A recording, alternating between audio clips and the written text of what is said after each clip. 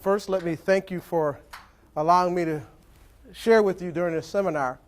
I'm going to probably ask some questions about yourself, but I'm going to share a little bit about who I am, where I've come from, and how I got to this thing about education. And really, when me and Ms. Redwine talked earlier this year, it's kind of like one of the things I would want to get out there is what you should expect as a teacher the first 180 days. And then I'll share with you what happened to me is what my doctorate work is all about. It's about preparing professionals, teachers that is, to do their job and to do it better. Because I think when I started teaching back 10 years ago, it was kind of you get keys, I had a mentor, go to it. And everything that I learned in school, I brought books, I brought college books and things with me and showed the kids how smart I was, and it really didn't mean one iota to them. Didn't mean a hill of beans. They wanted to know how I felt about them and if I was there in the long haul, because I had a teacher retired in the middle of the year and I ended up taking that position. So it's just kind of how it came about. So, and you don't mind, I'm going to sit, stand every now and then. My name is Arthur Garner. Born and raised right here in Grand Rapids, Michigan. Product of the Grand Rapids Public Schools. I kind of had a dream to be a doctor until I took an anatomy class my junior year, and I found out that I don't like blood. Then I realized I don't like hospitals or anything like that. It was expected that you were going to go to college when I was back in my day, that's what you had to do in order for you to get ahead. It was very interesting for me because then I ended up going from doctor, engineer, accountant, teacher. And I think it's wonderful that you guys are deciding so early that you want to get into this profession. If you have a piece of paper, I'd like for you to have one, because every now and then I'm going to give you something you could think about later. It's not a quiz or anything at the end. It's just something that you need to think about later for yourself. And one of the things is that about teaching and getting into this profession, many people say they could do it just as well as educators, but not many people are willing to take the walk. So think about your passion, what you're feeling right now, the energy that you want to bring, and keep that. Foster that. Allow it to grow. And as you develop your craft and you figure out if you want to be elementary, secondary, post-secondary, remember where you're at today. You don't have to even remember me, but just remember your passion, what you want to contribute to this society. Because I think one of the biggest things for me, and I just a little bit about my career, and then we'll start getting into the first days of school. Being an accountant was not something I really wanted to do. I just did it because it's what you went to college, you had to do something. And I worked a couple years in the business world, and then I realized that in my neighborhood, not everyone was getting the same information I was getting in the business world. And that's what kind of forced me to be a teacher. As I said before, I started here at it was JC back then, but GRCC. And I kind of said, accountant's okay, but I always took education classes. And when I went to Davenport University to get my bachelor's degree in accounting, I always took education classes. I always took something that was going to help me with the theory of trying to help other people become better. Then I said, got a job. I don't want to do this. I went back to school. Went to Grand Valley, started working on my certification in mathematics. Taught 5 years, and I started off at special ed. And those of you that are interested in special ed, there is a need in our country. There's a need in our community because the ante is being raised. Our students are being challenged with more testing, and reading is always going to be the foundation. Those of you that are interested in reading, that's another need that we have that is hard to fulfill in high school education because students come to us and we expect for them to read, but we don't practice it. So think about that. I think the challenge was then I got hired as a teacher. Special ed was my passion, and I always wanted to help kids. And now our country is changing. And our school district, I think in my school alone, I think 48% of them are Latino. And in my building, I have 8 languages. So I had to really step outside my comfort zone to share with the students and my staff that we have to continue to change. You're going to have to continue to evolve. The profession of education, as I know it, has been the same for about 150 years, but it's changing, and it's changing for the better because technology, being taped on video, instant messaging. Our kids have a lot of information that when I think about where I've come from, it's not the same. It's different. So you have to continue to evolve yourself. Here I am 10 years later working with Grand Rapids Public Schools. I've worked at Davenport University for the GRAPSET program, which is a pre-engineering college program. That's through Davenport University. So I kind of help foster this school that's housed at Creston. So I have a mark. People don't ask me, did you help start that building? Because my name's nowhere on it, but I was the guy that had coordinated all those things together. And then I became a principal. And it's interesting about being a principal. I am a fireman. I'm a psychologist. I am a father. I am a social worker. I am also, I said psychologist. I'm also a counselor. I'm an AD. I have to do everything and be everything to everyone. And that's sometimes how it feels when you're in education. We have kids who are homeless that they come into my office and they say, Mr. Garden, we need help. My mom lost her job. And trying to help that student focus on education has been a challenge for some of our kids. We've had teen pregnancy. You probably hear that all the time, and that's another element that impacts education. So a lot of things, and I'm saying a lot of things, but I'm really saying that to share with you that in my short 10 years of being an educator and my 25 years of being out of high school, things have changed. What you're going to encounter in this process, in this walk that you're about to take is going to be a very interesting one, because you're probably hearing right now in Grand Rapids Public Schools that we're at war, the contract, all those things really don't matter to me. What really matters is that I have a voice on behalf of our kids. I have an opportunity to help them become better because, if you notice, Health Hill or whatever Medical Mile, it's growing faster than what we can keep up with. And we will not be able to, in the next 5 years, keep up with the pace of people that are coming here. They're going to have to order out, is what I tell my students. So we have to have educators that's in tune to what's going on behind us on Health Hill, and making sure that we prepare our students for that. So that's a little bit about me. And you can tell I am very passionate about children. I'm passionate about education. And I started working on my doctorate 2 years ago on professional development for teachers, on how it relates to student achievement. And you'll start hearing those terms, testing, all the strategies that you're going to learn in your process of going through education and being an educator, because not very many people can do it. I was expecting an auditorium full of young educators, and I only have a few. But you are a few of the ones that really believe in this here in your heart, and you get your minds prepared for an ever-changing world. First days of school, and I'll share with you how it was for me. I did my student teaching out in Holland, working in a totally different environment than what I was used to. They were getting used to me. I didn't look like them, and their culture was changing at the same time. They started having an influx of gangs, and they would always ask me, do you know anything about gangs? And I wish I had a picture of what I looked like back then, because I had big glasses, and my teeth weren't straight. I do remember that. I do remember them saying, you're from the hood. You tell me how it is in your hood. How do you deal with gangs? And that's my supervising teacher. And I said, well, we have to learn about what they're going through. And I was young then, younger than I am now, and going through what they have to go through, because a lot of our students on those first days, they're glad to be there. I think the challenge that we have as educators, and mainly as adults, is that we have to focus our energy on curriculum, testing, not really them as a person.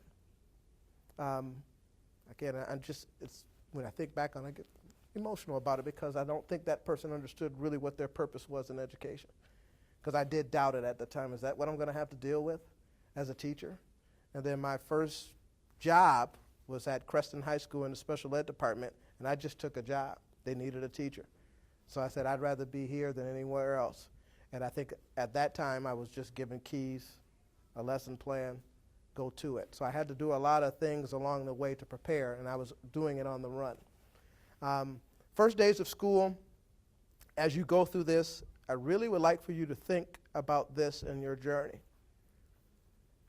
As it relates to your passion, what kind of teacher do I want my kids to remember me as?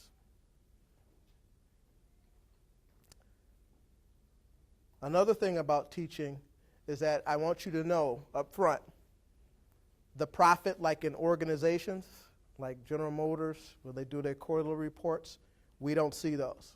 Our quarterly reports are our students' grades, but really you don't see the profit until a kid comes back to tell you 5 years later, thank you for being who you were. So you have to think about that passion. Think about our students. All the technical and theoretical things that you're going to go through, those are things that you're supposed to go through, but then the relationship part of education is a very important part, because if you build a relationship with just one, it fosters through everyone else. And I think that's one of the most important things about education. Let me ask you this question. Now that you've thought about and you're starting to take those first steps, what do you think your first day should be like? And anyone, don't let me have to stand up and call on you, please. Anyone, what do you think your first day should be like? Yes? I think you should just stand back and observe the kids and see what they're like, and kind of get to know them, and then figure out how to approach them the second day. Yes. We think it should be like more of an introduction for you and for the students. Both of y'all just get a chance to get to know each other, just see what the class is going to be up to during that time. Just get a comfortable feeling with each other. Anyone else? Because there's two different things said there. Everybody catch that? One of it's observation. You got to feel them out. They're going to feel you out. They're going to see how you, if you drop a pencil, they're going to see how you drop a pencil. If you make a mistake, and I tell kids, especially in my choir, a lot of times kids are afraid to get out in front and perform, and I say the only person that will know that you made a mistake is you. The only person. And then you have that relationship part. You have to share something about who you are with the students. Some of my veteran teachers that have more than 25 years have a very difficult time with that, because they think, remember our state has been a manufacturing state for such a long time. Furniture, automobiles, pharmaceutical, we just manufacture things. We create things. But one of the things that we can't do, and I think we've had to change in education in our district, and I can't speak for other districts, but in Grand Rapids Public Schools, we have to change that model. We have to change get kids out, get them in, sit down, be quiet. Here's a ditto, you do it. Let me go back to my file cabinet and grab something I used 10 years ago. Have you ever done it? You ever had a teacher give you a ditto? I had a college professor do that to me once. He just went and said, I don't know what we're going to do today, but here, just use this ditto. And there was some research from 1957. I was like, 1993. Those kind of things. But got to keep it fresh. Got to build that relationship. One of the challenges that we face now with education that I think it's changing that paradigm, that belief system about getting away from dittos. Because I think that our kids are smarter, and I tell my kids this all the time, they are much smarter than I was in the 10th grade. They have more technology in their iPod than I did on a Tandy 1000. I'm telling my age again. Back when I was using computers. And we used computers then learning how to type, not to program, not to do word processing. We just learned how to type on a Tandy 1000. And then you print it out and you had the little dot matrix, all that kind of stuff. It's different now. My daughter can do a PowerPoint, who's 10 years old, and can do things that I'm still learning how to do PowerPoint, and I think I'm a master at it, but she can do things and have pictures fade in and do a web link. She's 10. So for some of our students, we have to find that out about them. We have to dig a little bit deeper. Second day of school. Now, we've talked about first day of school. What about the second day of school? You came in, you talked about, you observed, you shared something with them. What should the second day of school look like? Anyone? I'm going to pick on someone in the back in a minute. Go ahead. Let them know what you expect of them and what they can expect of the class. Expectations. Anyone else want to add to that? Because they're interacting with the children now. Interacting. Setting the norm for the year. one of the funny things about, and I have brand new teachers, and they're gung-ho about getting all of this stuff done, and they miss the opportunity to set the expectations. Part of the relationship part of expectations is allowing them to have a voice in it. You ever have a teacher, and you can think back on, I don't care how old you are, you're one of those high school teachers that you just didn't like, that you just didn't get along with, and they came in and they just went to the work. They let you do whatever. If you came, it didn't matter. And then come June, that kid was in your classroom trying to get extra work for the work that he missed because you didn't really pay attention to that kid. Sometimes what I've asked my teachers to do, and I'm just sharing this with you because we just went through this a couple weeks ago in a professional development, is that I've asked teachers not to, the week before exams, allow students to come make up work. Because we need to make communication. We need to set the norms for the students. We need to communicate with the parents. We need to let the counselors know who's behind, who's not behind. And, and I don't want to scare anyone. It's a tough job. But I want you to understand those first days is setting those norms, getting to know the kids. And one of the things that we do, I just did it today, we had count day today. And I'm taking 10 kids out to dinner. And all I did was make the announcement at the end of the school, and kids wanted to know more. And I didn't tell the teachers that it was going to happen. But the teacher started having that conversation. He's taking you out to dinner? He's never taken me out to dinner. And so that conversation, now kids are trying to figure out how they communicate with their teachers a little bit more. So that second day is very important because you set the norms. You set the expectations. Our district is going through a change, and you can quote me on all that stuff. And I have a book here I wanted to share with you before I get off task. You will probably, in one of your courses, see this book.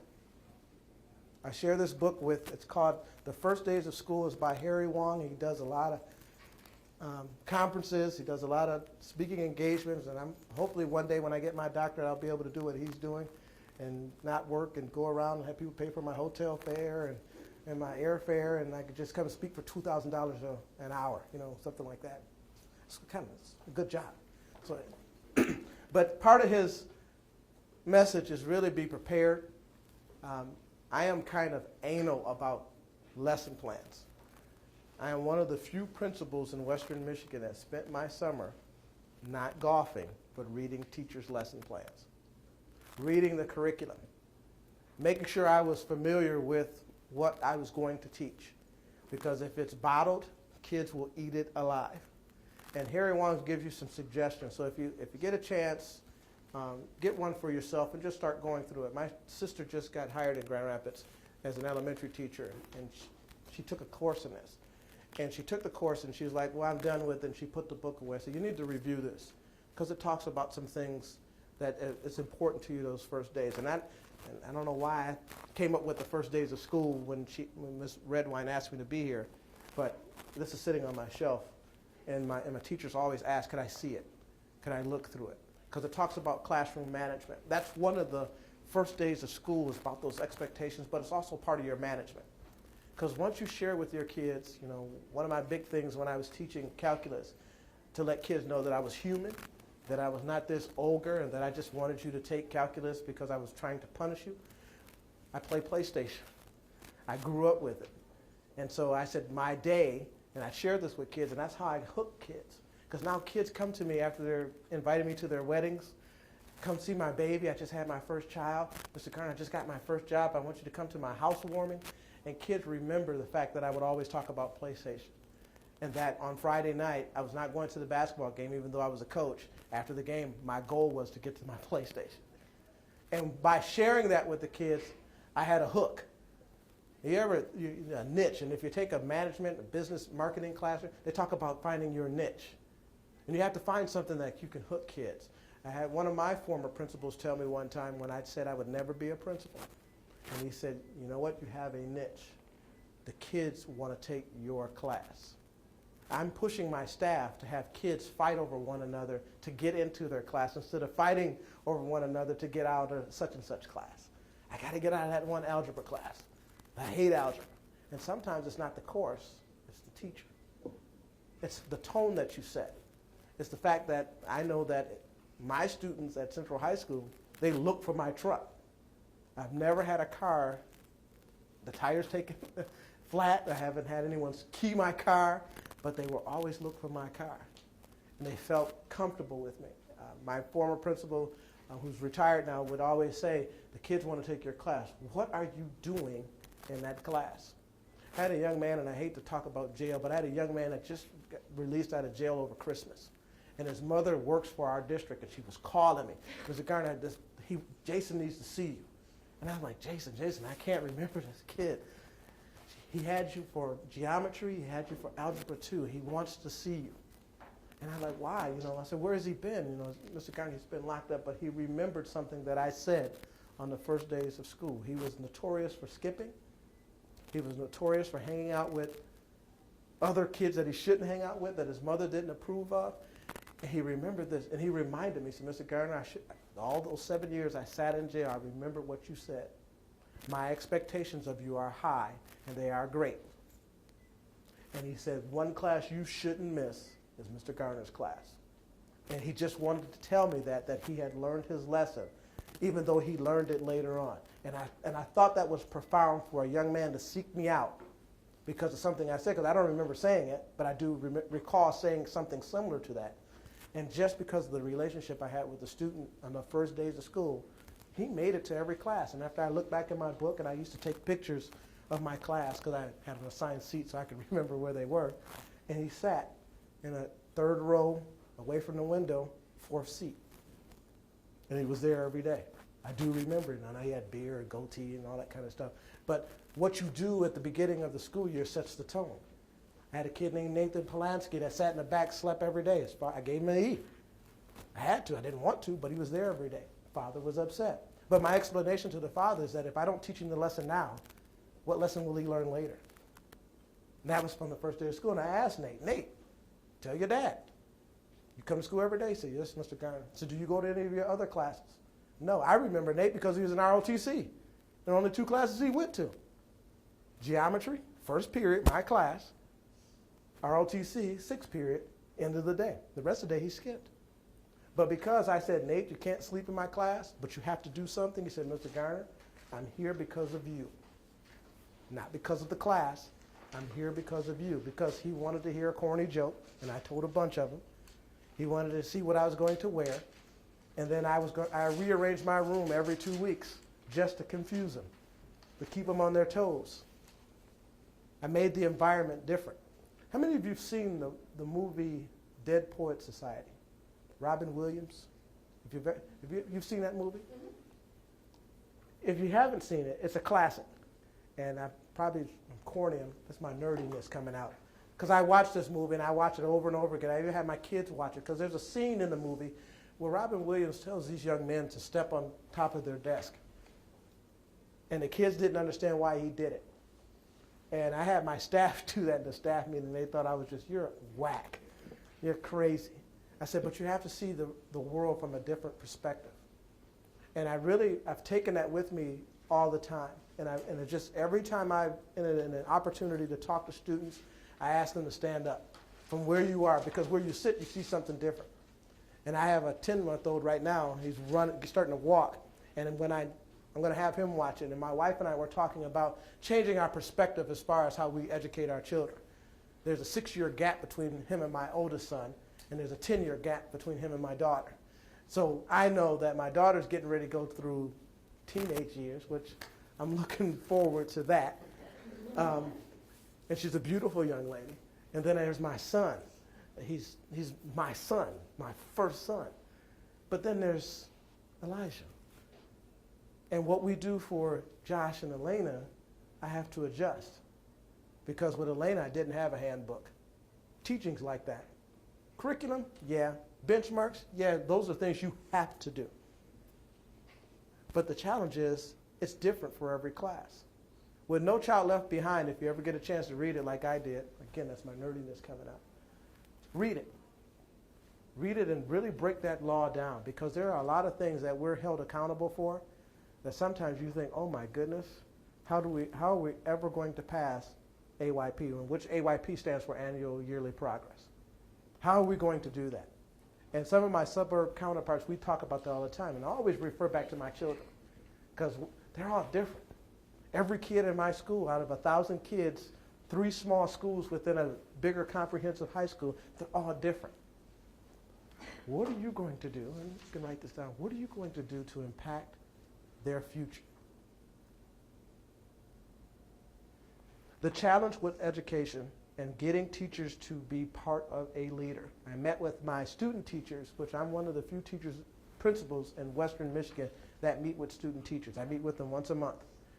We have a meeting, we have donuts, coffee, we sit, and it's a comfort zone for them. I want them to tell me how their experience is going in my school. What can I do to help you become better at your craft? And one of the things that came out is how to be a teacher leader. What do I have to do to be a teacher leader? We are in an age right now where the union is strong, and we have a strong teachers union. And that sometimes, in order for us to move our work forward, we have to step outside of what the flow is going. The union, you hear the insurance, you hear we're asking you to meet all the time, we're asking you to do something, and really what we're asking you to do is to improve your craft.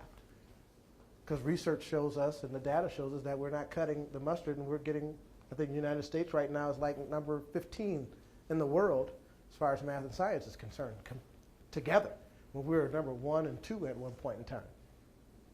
Something's changed. Well, everything else around us is changing. The profession of education is still the same format. Some people get into it for summers off. Some people get into it because they're really not working an 8-hour day, but you do take your work home with you. Some people, that's what they're in for. I'm in for it, and I'm just sharing this with you. I'm in for it to change my community. If we change our community and we have every kid able to read at their grade level, every kid the ability to do at least fractions, long division, we got them. I have a poster that our staff worked on, and I better make sure I'm staying on task, that we talked about this year. Think about where you're going to be compared to your first days of school. And it's not just getting that job.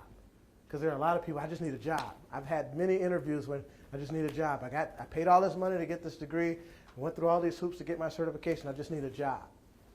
Know something about the school district that you're going, wherever you may go. Know something about that district.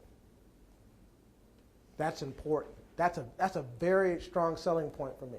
If you come in and you tell me we have an instructional framework, that we have a 5E instructional model on how we develop lesson plans, that our curriculum is standard across the district.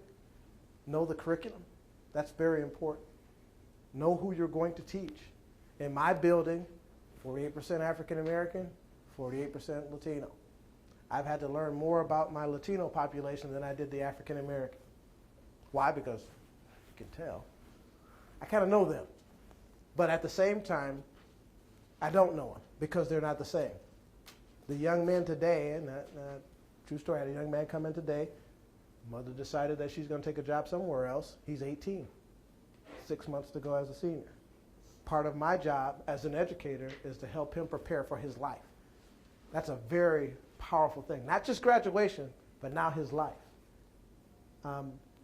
So your first days to establish that relationship, my first days as a principal, my first day as an assistant principal, and I share this with you because it works for me.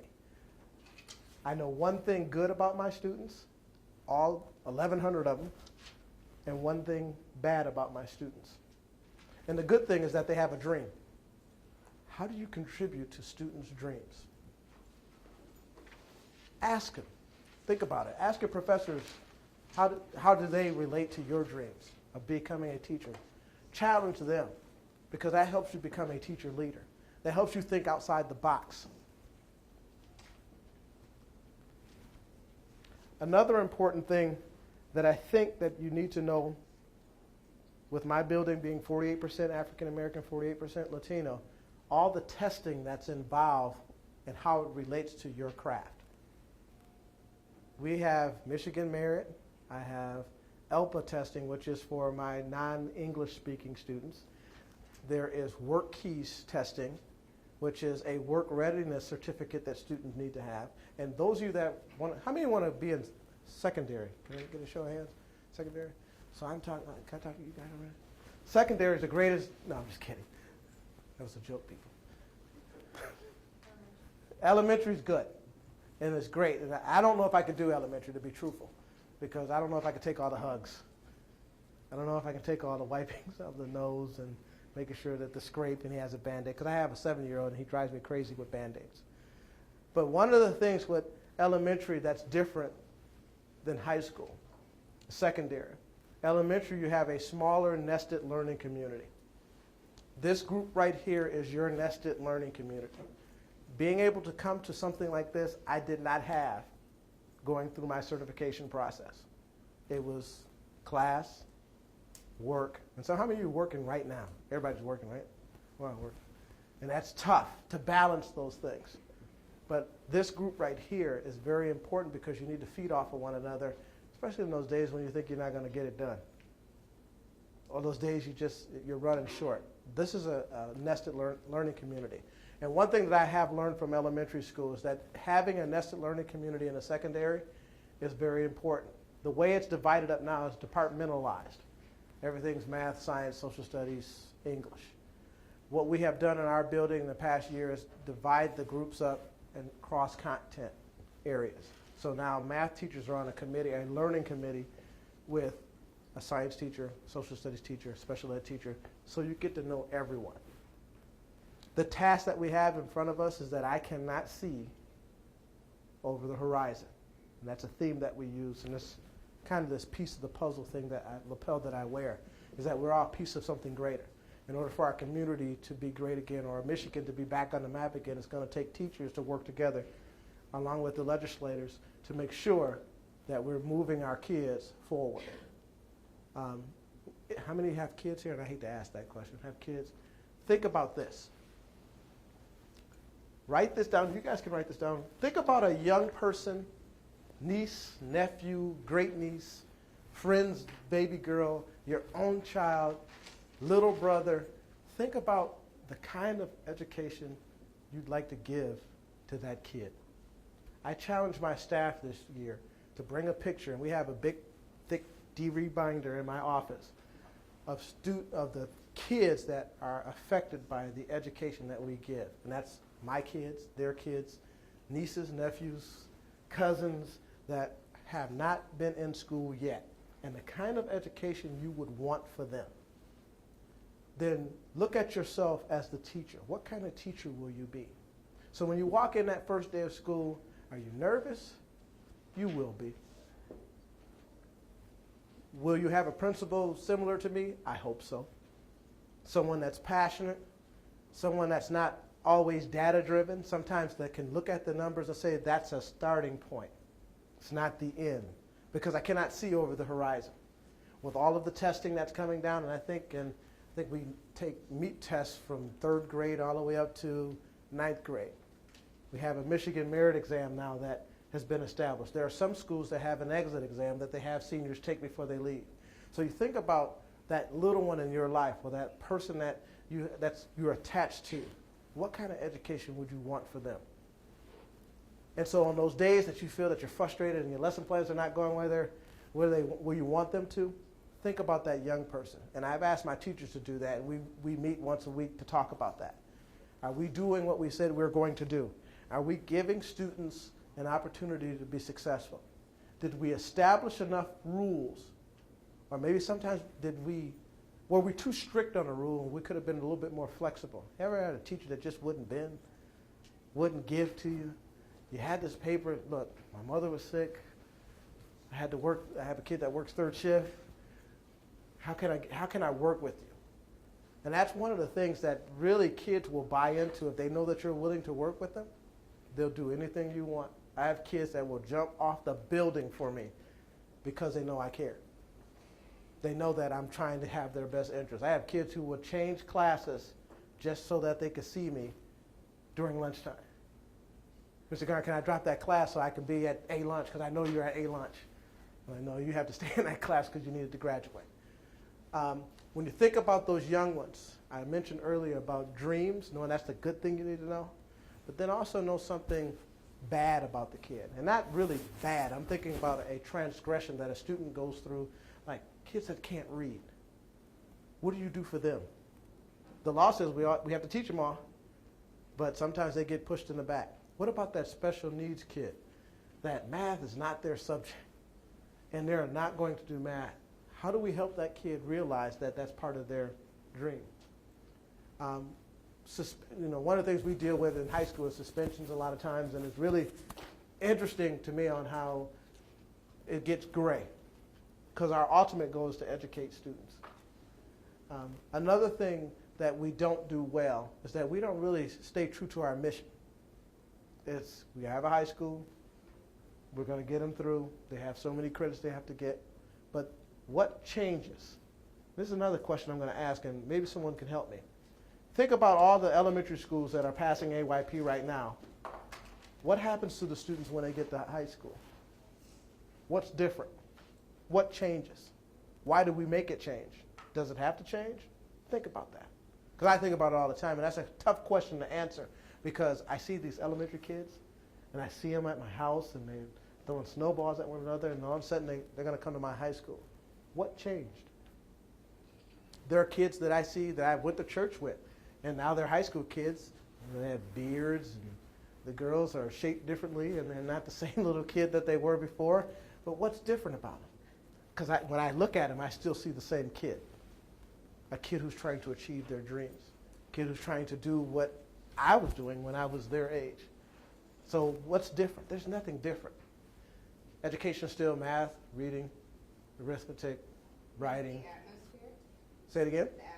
The atmosphere? The atmosphere. Where does that atmosphere come from? Interesting story, and I have a ton of them. Maybe like the population size of the classroom could change. And Elementary school, they have anywhere from 20 to 30 kids in the class, but they have those kids all day. true. In middle school, have 150 kids. Teachers may have 150 kids in one day, so they have maybe 30 kids per class. If it's a 6-period day, 5 classes that they have, 150 kids. I have research in our district. One of the things that I've challenged, and I've even asked my superintendent to think about this. One of the things that's changed with education from elementary to high school is that the middle ground. It's that puberty time. They're 12 and 13 and their hormones are going crazy. But I have a teacher that forgot the passion. Or you have a teacher that says, I have 150 kids a day. I have 160 kids that they're all over the place. You ever try to herd cats? That's what middle school's like. And for some reason, our mindset changed. It's not the environment. It's our mindset change, because you had a kid that talks back now. You will have that. You have a kid that they got their first kiss. They challenged their parents for the first time. They broke curfew, but they're at school every day. The difference is that we try to change our method of trying to get them, like I said, herding cats. It's impossible to do.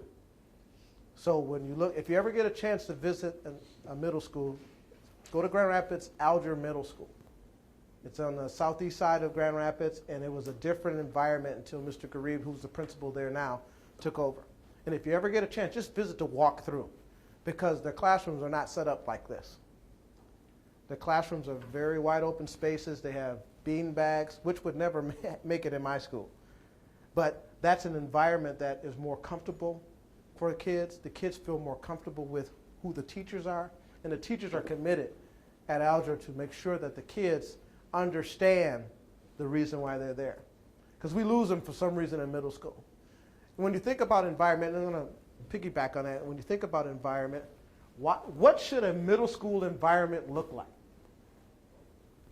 Because when I walk through elementary schools, I see students work, I see the kids' posters and their hand paintings, and in high school we don't see those things.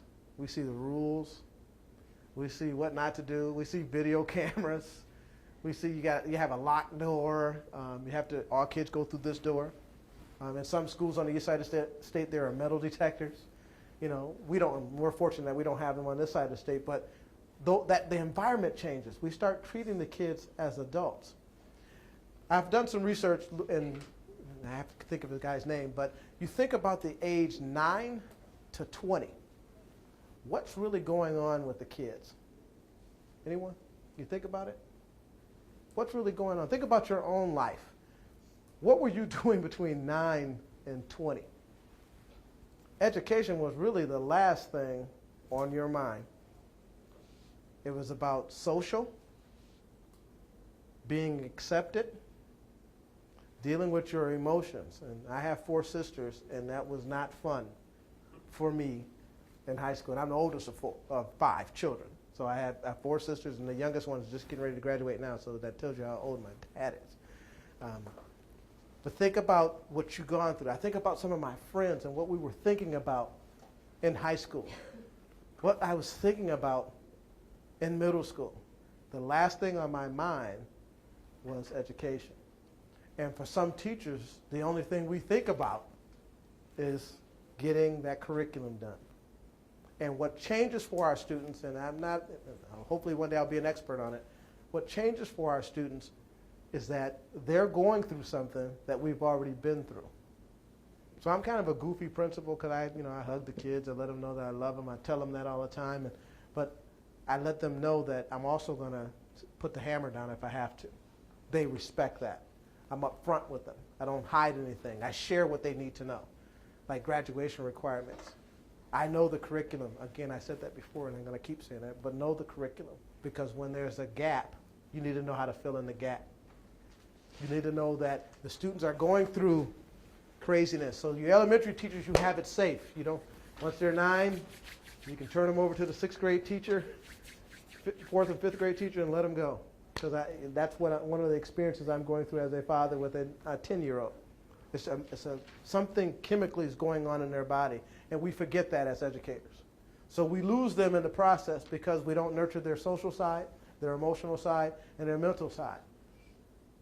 As I said, I could tell you stories of 18-year-old boys whose mothers who have not had a man in the house have turned away from their sons because they're 18. And now you have this 18-year-old kid, still a kid, who has not figured it out yet. So those are some of the things that, and I probably, did I address what I need to address?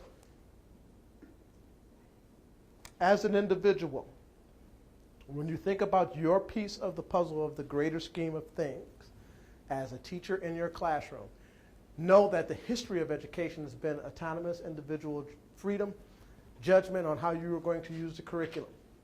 By the time you get your certificate, accountability, responsibility will be the norms. How do you fit with the greater piece of the puzzle? Because if you look at the history, and there's a book called American Public Law, Public Education Law. It's a blue book. I have it on my desk. And it's probably the most boringest reading because it has every educational law that's ever been written in our country. And when you look at the history of education and where it's come from and where it needs to be today, we're not there yet. So by the time you get your certification, please remember that you're going to have to be adaptable. You will have to be part of a team. Even though you have your own classroom, you will have to be a part of the team. You have to seek out a mentor now. Not when you get a job, but now. Someone that you can call on all the time. This nested learning community that you have right here, do not let it go. One of the things that I think that's beneficial to me, because some of my colleagues that I work with my certification on, they're principals now, and we do a principal exchange. There are some that are still teachers that we did Super Bowl together, and we share some of the, when you think you're out there by yourself, it's good to use your nested learning community to help you learn how to handle certain situations. You can call me anytime during your career. It takes me a while to get back to email, but just email, and that's the best bet. If you call me, I may not get it. Depends on if my secretary feels in the mood to give me my messages. It depends on what day, this whole, we're working on that. So you have to call me, please. If you feel, you can call me, Art, I'm having a problem. I'm having this class, and could you proof my paper? I'll proof it for you. If you want to come up and observe a classroom. I had a young man come yesterday, and he's not here, but I thought he was with this group, but he came up all on his own. So this project for my class, I need to come and observe a classroom. I think he stayed there for an hour. And this Red Wine can tell you, I talk a lot, and I'm passionate about sharing what I know. I say, hey, anytime you want to come up, if you want to observe, come observe. I have talked to my tutoring teacher, the guy that's over that, he is waiting for anyone that's interested of being a mentor or a tutor to come up to the high school just to meet the kids. The kids are looking forward to it. We have a process to go through as far as volunteers and things like that, but that's something that we can work around. But there are kids that are looking for someone just to tell them that they're on task. So if you feel that way, please stop up just to say hi. I also like to know how you're doing. How are you doing? You know, every now and then, tell me. Because I'm going to ask Ms. Redwine every now and then, how's the course doing? How are people doing? Where are they? Because it's important to me. Because there may be a job down the line for you. I've just hired 6 teachers. I have money. They gave me $1 million in one of my budgets for push-in teachers. Just hired Sylvan Learning Center for my at-risk students. We have a tutor, actually 3 tutors coming in for my Latino speakers. I have 1 tutor coming in for my Bosnian students. I have a individual from Somalia who is an interpreter for me for a Somalian family that's in my school. I'm seeking a Korean-speaking person to come and work with my Korean students. I just enrolled 3. So if you know anyone, what are you? Korean? Thai? I don't have anybody like that yet. I'm working on that. But I have, where did that kid come from? I have a Samoan there. I have a kid from Nigeria. So I have a plethora of kids there that need support. And sometimes they just want to see someone to hear from you what you're going through as a college student. Because I have a kid that actually yesterday said, I'm going to college, Mr. Carter. I say, you know, but you got to get your grade point up. But then I know that I wasn't always the perfect student. But now that I'm a principal, I have to say that. You got to get your grade point up. But I know that sharing with him that you have to do a little bit better. We have to stop focusing on our friends. We have to stop focusing on what's going on around us and focus on yourself. So please share that. Am I missing any questions of me that I'm here? I talked a lot, but you have any questions of me? Anything that you're thinking, here's this high school principal who's passionate? Yes, ma'am.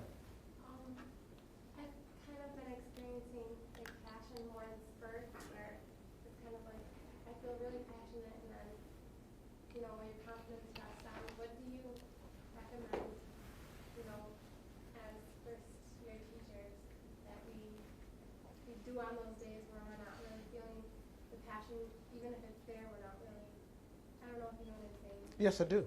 Well, first thing, I think we cry first, and I do, and my kids will tell you, I cried at graduation last year because they don't know, because you don't know.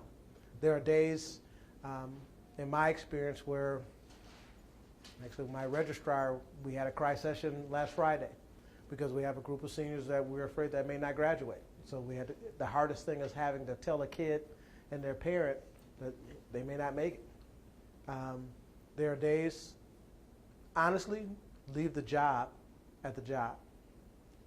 I had to learn to do that because in my sleep I think about Central High School. And my wife's going, what's wrong with you? I'm like, well, I used to have a notebook by my bed, so she stopped letting me do that because I'd wake up in the middle of the night and she'd see I was over there writing. Then she stopped me from taking my laptop to our bedroom too, so because it's sitting there and it's on, and if I think of something, I get up and I email something at 2 o'clock. You have to have someone in whatever building or wherever you may go as someone that you work together with closely that tell you. My nurse, the school nurse tells me all the time, Mr. Garner, go home. But she'll do it over all call because she knows I'm in the building somewhere. And then everyone, I think you have to have that person who has your cell phone who is not in your profession to tell you to go home. Because it's easy to fall in love with the kids. It's easy to have those cry sessions. So on those days that you're frustrated, it is okay to cry. It's okay to let it go. It's okay to say, you know, I want to do better for these kids. A lot of times you'll find information out about kids that you don't want to know. And you take it personally, like what could I have done to help that kid? What could I have done to keep that kid off of drugs? How could I prevent, you know, I think the first year I took over as a principal, I think I had 26 young ladies that were pregnant in my building. And that was very hard for me. That's very hard because it's like they're going to miss school. And what kind of life will they provide for their children? Because I don't want them to depend on the social services to help them raise their child. How can I empower that young lady not to depend on that guy who's already made his mind up that he's not going to be there? And then after that, I thought about my daughter. So what would I do? Well, I'm not going to condemn her. I'm going to love her and let her know that she can come back here. When you finish doing your mother thing, come back. Or if you need to go somewhere else, let me help. Think about this, and I tell teachers, but I told them this morning. Think about the lesson plans that you're going to probably start developing in some of your classes. And understand, I spent one summer, working on calculus and geometry to make sure that I had my lesson plan down pat. I memorized it. I knew what I was going to teach on what day. I knew I had everything was perfect. And the World Trade Centers happened. And kids saw it. There was a teacher that was not very sensitive of what was going on, and the kids were scared. And they came to my classroom, and I had that lesson plan. And I was doing my thing, and I looked up, and the kids some were in tears. Some were looking out the windows. They weren't focused on anything that I was trying to teach them that day. And then I also think about sometimes when I'm frustrated, and I remember Columbine. You probably heard about it. I lived through it. I had a group of kids in my classroom when the shootings happened in Columbine, and I had kids afraid for their lives. We're in Michigan. Columbine happened in Colorado.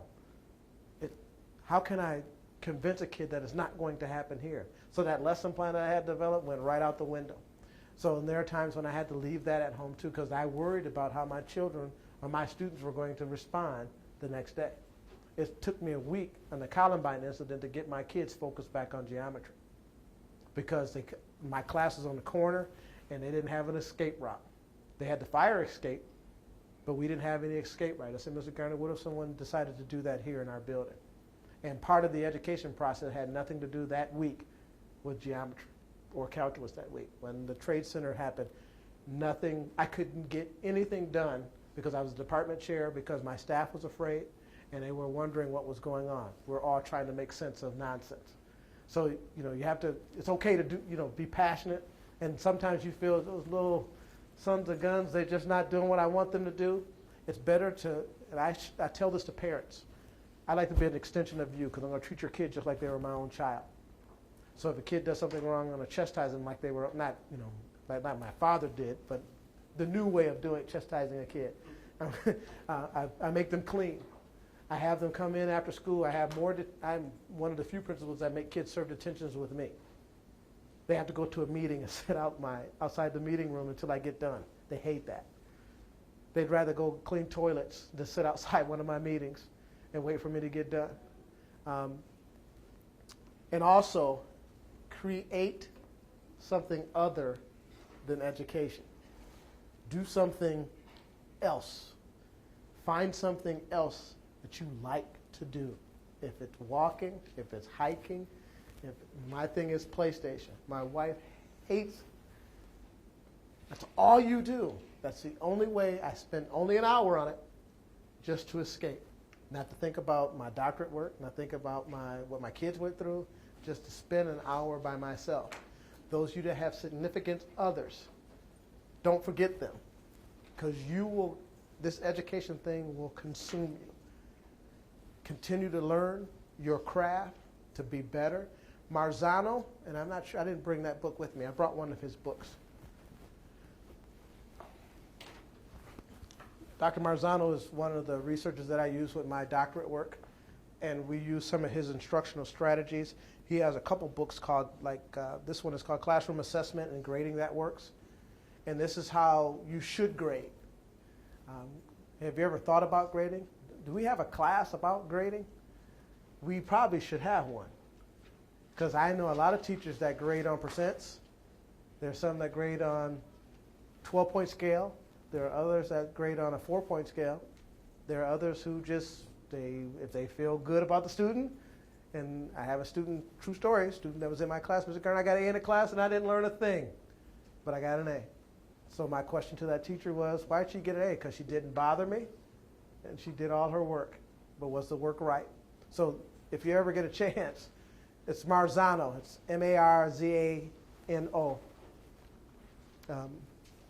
And then there's another guy, Fedwick English, is dealing with what to teach and to test. It's kind of in the same framework with Marzano, and Marzano has a classroom book like Harry Wong's book that's talking about classroom instruction that works. So if you get a chance, and they're not, tons of reading, but it's something that you can, a chapter a day, or just to familiarize yourself, to give yourself some type of foreshadowing down the road on what you should expect on those first days. And I share this with my teachers, and I'll send you a copy of that. I share that with my teachers because it's not just the curriculum. It's not just testing. It's all of that stuff together and how you manage it. And I'll tell you, like I tell my freshman kids when they come in, your success is depending on how you manage your time. Those teachers that get burned out real quickly, that lose that passion, and that they forget that they're here to educate kids, they're trying to do everything all at the same time. I've asked my staff, and like I said, I have my nurse, I'll call, Mr. Garner, go home. There are teachers I know that stay in my building till 9 o'clock at night, and they have families. I've had to come back to my building to kick people out. Go home. They've never had a principal tell them to go home. Go home. We have a basketball game. Bring your family. We're doing a carnival in the spring. I'm inviting all of our elementary schools that feed into our high school just to come so they can walk through the building.